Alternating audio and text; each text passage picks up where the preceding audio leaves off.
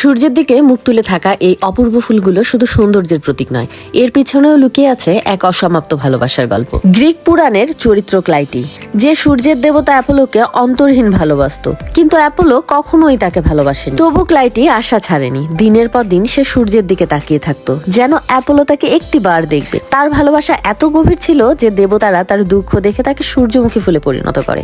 আজও সূর্যমুখী সূর্যের পথ ধরে, যেন ক্লাইটির অপেক্ষা এখনো ফুরোয়নি। শুধু গ্রিক পুরাণেই নয়, বিভিন্ন সংস্কৃতিতেও সূর্যমুখী বিশেষ অর্থ বহন করে। জাপানের সূর্যমুখী ফুলকে হিরোশিমার শান্তি ও পুনর্জন্মের প্রতীক হিসেবে দেখা হয়, কারণ পরমাণু বোমা বিস্ফোরণের পর যেখানে কোনো কিছু জন্মাচ্ছিল না, সেখানে ফুটেছিল সূর্যমুখী, মৃত্যুর মাঝে জীবনের বার্তা হয়ে। মেক্সিকোতে এটি শক্তি ও সৌভাগ্যের প্রতীক, আর ইনকা সভ্যতায় সূর্যমুখী ছিল সূর্য দেবতার প্রতীক। সূর্যমুখী শুধু একটি ফুল নয়, এটি ভালোবাসা, প্রত্যাশা আর অবিনশ্বর সম্পর্কের প্রতীক। হয়তো আমাদের মধ্যেও কেউ ক্লাইটির মতো অপেক্ষা করে, ভালোবাসার এক চিরন্তন সন্ধানে।